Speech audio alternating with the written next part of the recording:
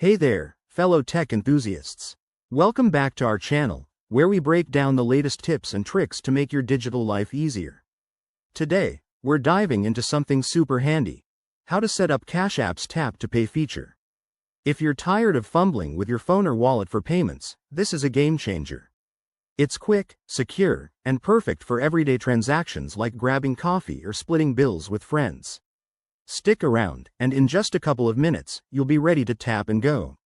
First things first, make sure you have the latest version of the Cash App installed on your smartphone. Head over to your App Store, update if needed, and then open the app. Once you're in, tap on your profile icon in the top right corner. It's that little circle with your initials or photo. This takes you to your account settings, where all the magic happens. Next, scroll down until you see the Cash for Business or Tap to Pay section. If you don't spot it right away, don't worry, it might be under Money or Payments. Tap on that, and look for the Tap to Pay option. If it's not enabled, you'll see a toggle switch or a Get Started button. Go ahead and activate it.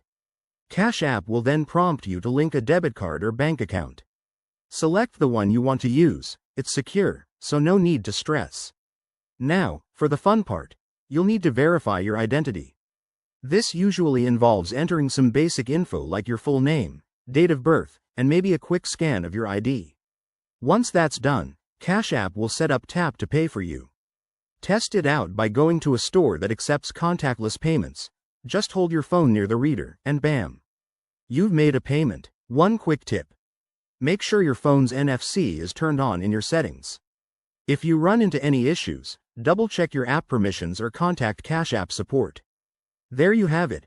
Setting up Tap to Pay is straightforward and takes less than 5 minutes. Give it a try and let us know in the comments how it goes. If you enjoyed this tutorial, hit that like button and subscribe for more money-saving hacks. Thanks for watching, and see you in the next video.